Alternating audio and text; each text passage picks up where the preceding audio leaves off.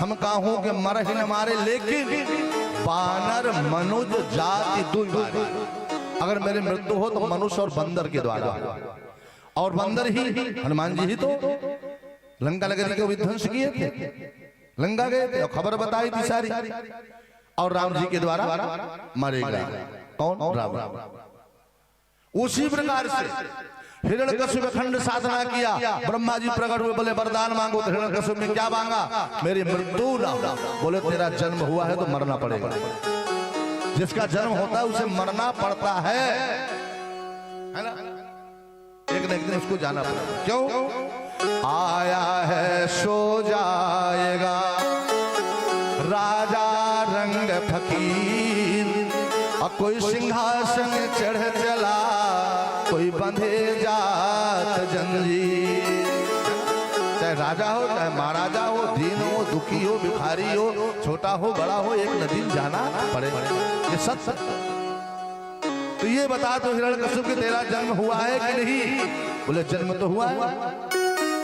बोले अपने माता पिता का नाम बता सकता? बोले हाँ। बोले कश्यप अदित है ना, कश्यप ऋषि के और दिति के पुत्र हिरण्यकश्यप। तो बोले फिर वरदान किस बात के? बोले वरदान है कि तू और मांग ले। तो मरने के सारे उपाय हिरण्यकश्यप ने मांगा था। ना मेरी मृत्यु दिन में हो, ना रात्रि में हो, ना मेरी मृत्यु घर के अंदर हो, ना घर के बाहर हो, ना मेरी मृत्यु जन्मे हुए व्यक्ति से हो, ना मेरी मृत्यु किसी अस्त्र और शस्त्र से, ना मेरी मृत्यु जो 12 महीने होते इन 12 महीनों में ना हो, है ना? जब इनमें नहीं होगी तो नहीं होगी, ऊपर नहीं होगी, नीचे नहीं हो, घर के अंदर, घर के बाहर। लेकिन जब अत्याचार किया हिरण्यकश्यप ने अपने पुत्र बेटे प्रहलाद पर, तो नरसिंह भगवान पे बैठ हुए थे, और नरसिंह भगवान हिरण्यकश्यप को गोदी में लेकर के बैठ गए थे बीच रेवड़ी पे। बोले तो ऊपर है या नीचे? बोले आपकी गोदी में। बोले तेरा वरदान पूरा। तूने ये वरदान मांगा घर के अंदर, घर के बाहर? बोले बीच रेवड़ी में। तेरा वरदान पूरा। तूने ये वरदान मांगा दिन में न रात में, क्या है? बोले संध्या काल की बेला न दिन न रात। बोलिए क्या है? अस्त्र है, शस्त्र? बोले आपके बड़े बड़े नाखून। बोले हमारे माता पिता का नाम बता दे। बोले खंबे से प्रकट। बोले ये 12 महीनों में तू मरने के लिए मांगा था, क्या है? बोले पुरुषोत्तम मास का महीना, मनमास का महीना। तो भगवान अपने भक्तों के कल्याण के लिए और राष्ट्रों के वरदान को पूर्ण करने के लिए कोई न कोई युक्ति निकाल लाता, और हिरण्यकश्यप का उद्धार किया न कुछ। उसी प्रकार से आज तारकासुर को वरदान देने के पश्चात उसके मुख से निकल गया कि जो शिव जी के अंश से जो बालक जन्म लेगा उसी के द्वारा मैं मारा जाऊंगा, बाकी इस पृथ्वी पर किसी देवी और देवता के द्वारा मैं मारा नहीं जाऊंगा। इस सब देवताओं को पता चला, सब 15 में घुस जाते, दुखी हो जाते। अब बाबा भोलेनाथ तो समाधि में बैठे। भाई जब तक विवाह नहीं होगा, दाम्पत्य जीवन नहीं होगा, तो पुत्र कहां से आएगा? और जब तक पुत्र नहीं आएगा तब तक इसका मरण कैसे हो? फिर आज कांपने लगे इंद्र आदि देवता सब,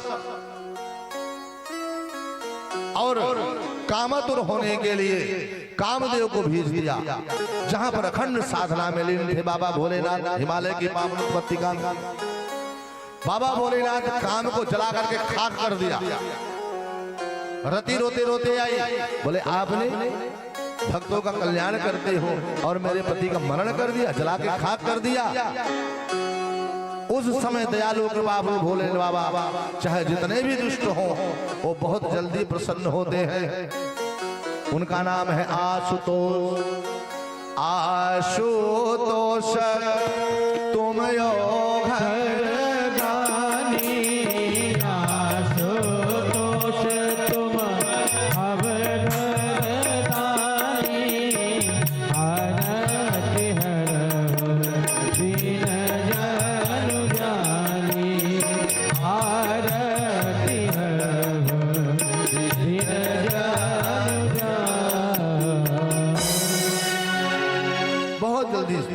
प्रसन्न हो जाता। रति के वरदान दिया। कृष्ण तनय हुई है पति तोरा। अरे सती, अरे रति, मैं तुझे वरदान देता हूं, कि द्वापर युग में कृष्ण होंगे और कृष्ण के पुत्र रूप में तेरा पति आएगा, प्रद्युम्न के रूप में। कृष्ण तनय होई है सुत तोरा, कृष्ण तनय होई है सुत तोरा, बचन का होई न मोरा, बचन का होई न मोरा। मेरी वाणी मिथ्या नहीं जाएगी, अन्यथा नहीं।